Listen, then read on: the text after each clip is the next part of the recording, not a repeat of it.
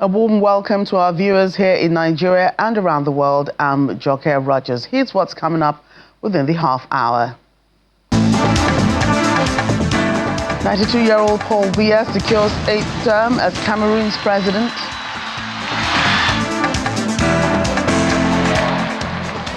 Cote d'Ivoire's Alassane Ouattara set to win a 4th term as president.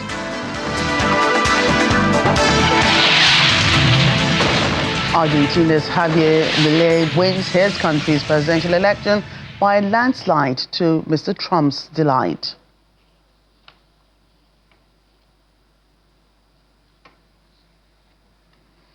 Cameroon's 92-year-old President Paul Biya has been declared winner of the country's October 12 presidential election.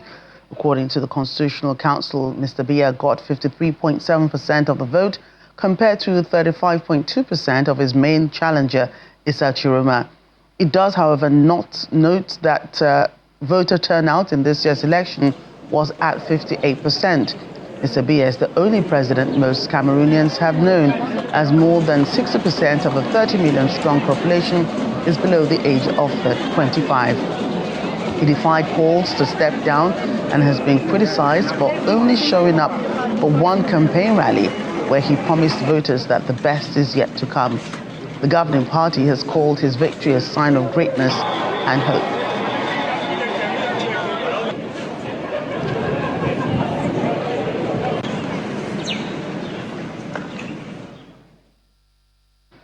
Well, it appears only the ruling party is celebrating Mr. Paul Biya's win today.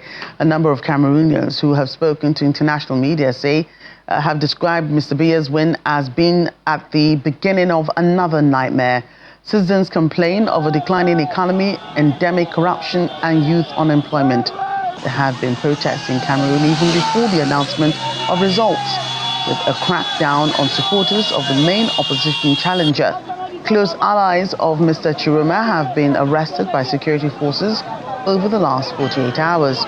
Mr. Chiroma had declared himself winner of the polls, even releasing his own version of the results. Protesters have been on the streets demanding to see the final results from the Electoral Commission and rejecting any declaration of Mr. Biya as president.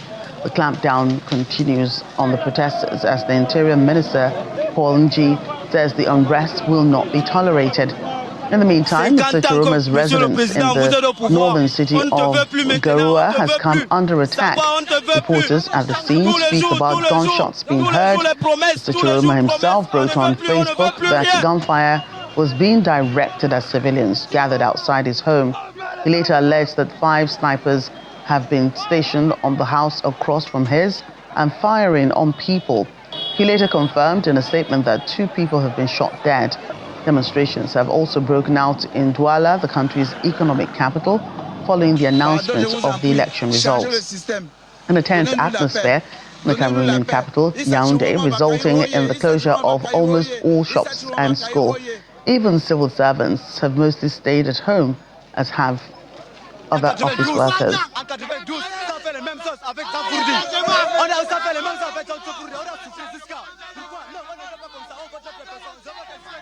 Let's check in on another election in Africa, this time in Cote d'Ivoire.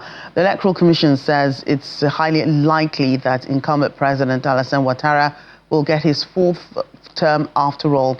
The IEC is still counting ballots in various voting districts, and if the preliminary results are confirmed, the 83-year-old Ouattara will embark on his 4th mandate. The politician is controversial as protests against his long-term reign and increasingly authoritarian regime has been severely repressed in recent months. Mr. Ouattara has also been criticized for barring the 2 leading opposition candidates from the presidential elections. Tidjane Thiam and Laurent Gbagbo were prevented from participating in the race over grounds of nationality and criminal records, respectively, although 4 other opposition candidates, among them Mr. Gbagbo's wife Simone Ehive Gbagbo, ran for president. None of them had sufficient funds nor notoriety to pose a serious threat to Mr. Ouattara.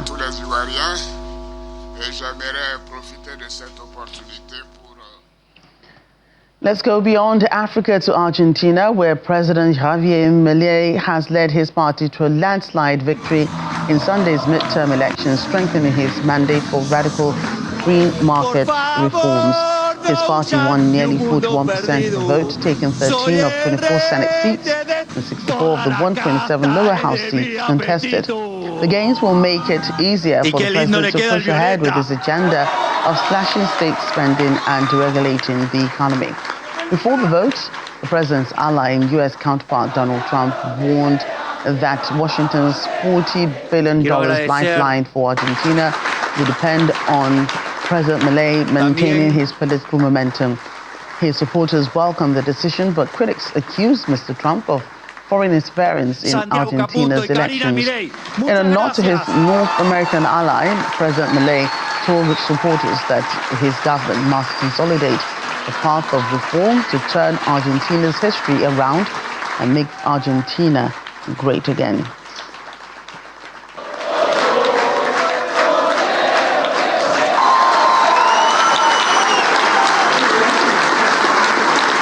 Y en el Senado pasamos de 6 senadores a 20 senadores. Vista de la historia argentina. Elsewhere now, 10 people have gone on trial in France for allegedly cyberbullying the country's First Lady, Brigitte Macron. They are alleged to have spread false claims about her gender and sexuality and made malicious remarks about the 24-year age gap between her and the president. If convicted, they could face up to 2 years in prison. Among those on trial are an elected official, a gallery owner, and a teacher.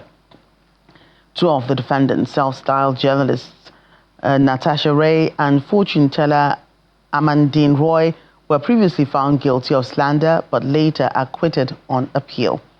The conspiracy theory that Mrs. Macron is a transgender woman has circulated online since 2017 and recently gained traction in the U.S., pushed by right-wing influencer Candace Owens, whom the Macrons are now suing for defamation.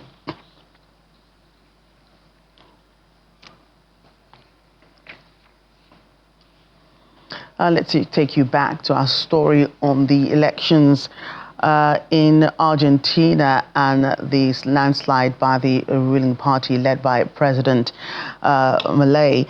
Let's bring in our Washington, D.C. correspondent, Maria Bird, to shed more light on this and other matters. Maria, great to see you again today. Good to see you as well. Right, so it appears President Trump's $40 billion lifeline for Argentina may have helped President Milei win at the polls. What is the U.S. president's interest in Argentina? Well, as you can see, the president has been very busy all across the globe. And so the interest in Argentina is really around some of the business with the Treasury Department here in the United States, and obviously addressing some of the economic challenges the U.S. has been experiencing, and looking at the business relationships that exist between the U.S. and Argentina has been key and critical. And as you mentioned, going from 20 billion to 40 billion potentially would be a huge win. And so the president has obviously been very closely watching this election, and this will obviously increase the potential for the U.S.-Argentina relations. And this is one of the North American countries that have pleased Mr. Trump in recent times. What does he hope to gain from this goodwill?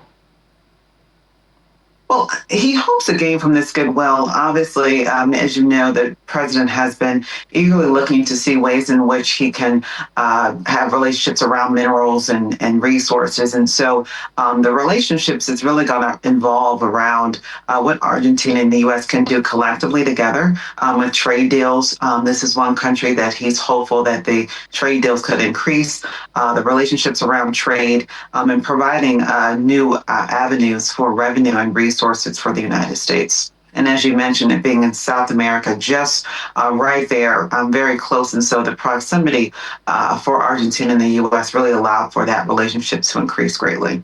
Right. And over the weekend, President Trump announced he was adding 10% to U.S. tariffs on goods imported from Canada following an anti-tariff advertisement featuring Ronald Reagan. Why did this anger Mr. Trump so much? You know, I think, as you know, there has been a lot of back and forth between the U.S. and Canada over the past few months. And typically the U.S. and Canada have had a very close trade relationship.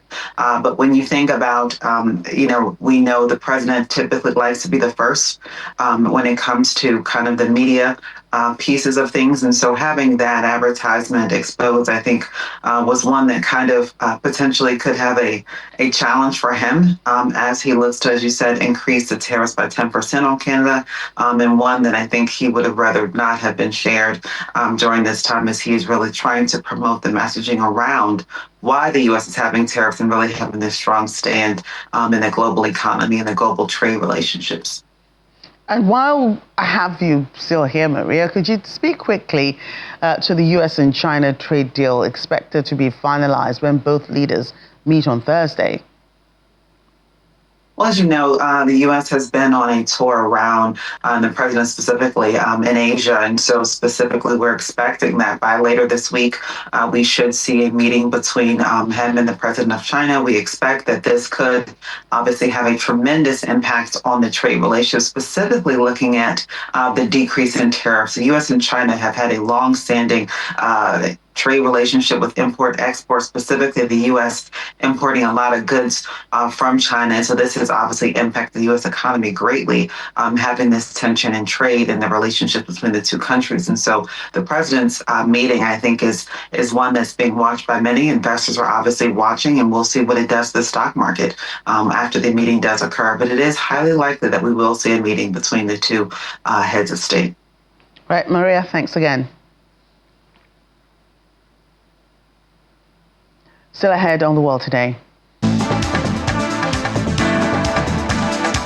Amsterdam marks 750th founding anniversary with 75-meter-long cake in Dam Square. Details soon.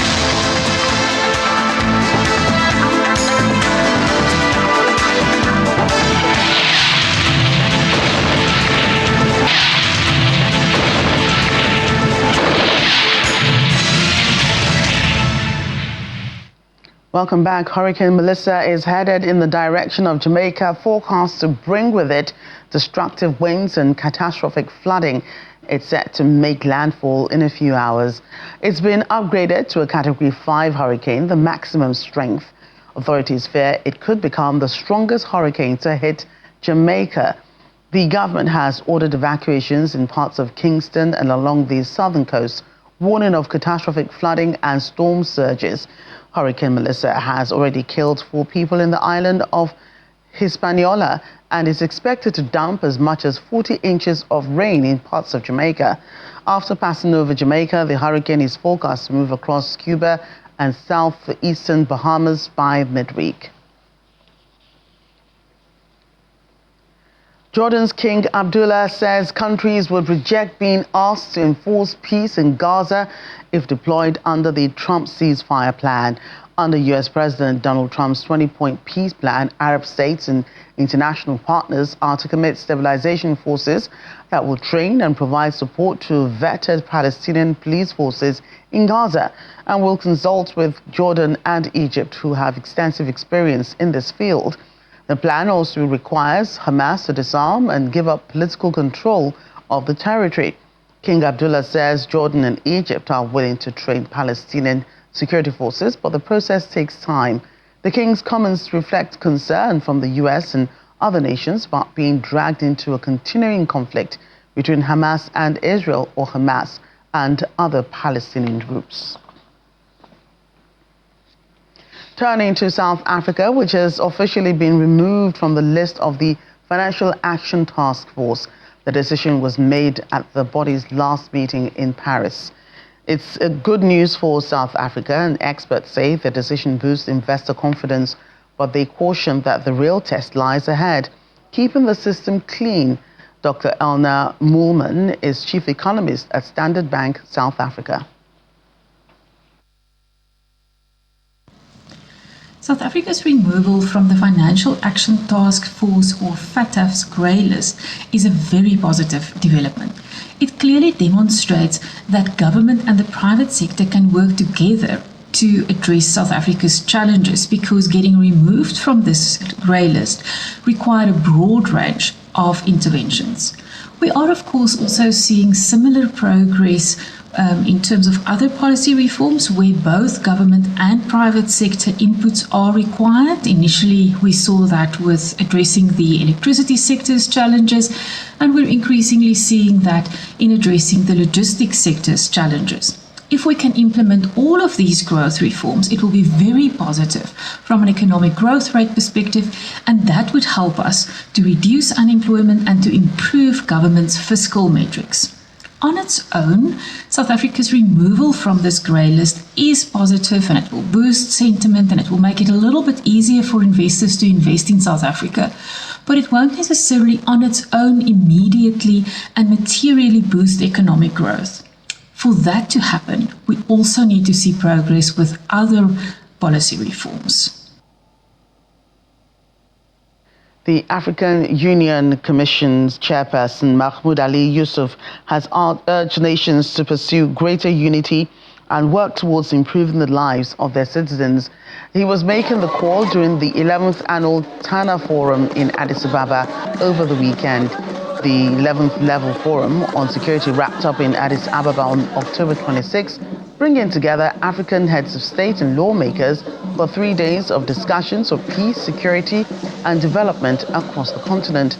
This year's forum was held under the theme Africa in an Evolving Global Order, and reaffirmed the continent's commitment to strengthening regional ties and improving diplomatic relations. Must remain a lighthouse for African-led solutions, a defender of our dignity and a catalyst to undermine social cohesion. It shows how geopolitical... Welcome to the 11th edition of Tana Forum. It's a great pleasure and honor to have you all here in Addis. Tana Forum is a very critical and important platform for us all to come together and reflect on the issues of the day, both as a continent and globally. So as a people and government, we are very proud to be a host for this prestigious forum. The biggest problem facing Africa today is moving from reflection, often embodied in standards and declarations, to consistent actions that positively impact the lives of our populations. This is the profound meaning of Agenda 2063, the standard for the Africa we want. Reflection forums are multiplying and are held regularly, but the mirror of reality reflects a less than reassuring image. Thus, we are unable to silence the guns in 2020, unlike announced in 2013, during the celebration of the 50th anniversary of the OAU-AU in May 25, 2033. Let us now focus our attention and efforts on developing the modalities for effectively moving from theoretical reflection to concrete action on the ground. And this message is addressed first and foremost to me, my new team, the new Commission, the special envoys, member countries, and all the peace-loving people in this room. And finally, on the program, Amsterdam has celebrated its 750th anniversary in sweet style with a 75-meter-long cake shared among thousands of residents. Mayor Femke Halsema kicked off the event by cutting into a strawberry cake decorated with 3 X's, which is the city's historic symbol. The celebration took place on Dam Square, where long queues formed despite the wet weather as people waited to claim their slice. The celebration marks the start of a year-long series of cultural events, exhibitions and concerts reflecting on Amsterdam's rich history and identity. The festivities will conclude later on today with a concert attended by King Willem Alexander, Queen Maxima and Princess Amalia.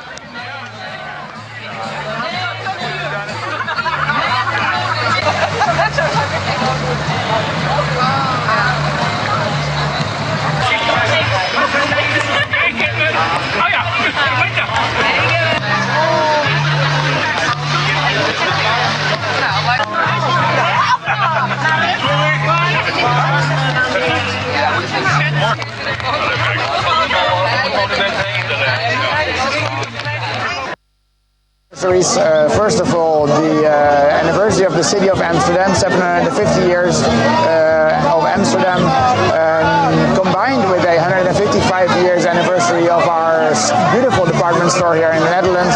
And this beautiful combination of anniversaries makes us made this beautiful cake, 75 meters long strawberry cake, which we offer to the entire population of the city. So we're very happy to see that all the people of the city came to the Dam Square to enjoy this lovely cake.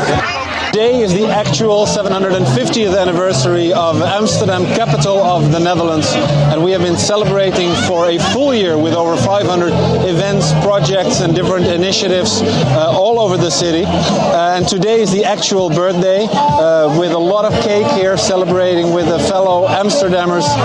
And tonight we will finish the Jubilee year with the national celebration Amsterdam 750 from Museum Square, live broadcast on television in attendance of the King, the Queen, the Crown Princess and our Prime Minister. And we're looking forward to closing the anniversary year with that celebration.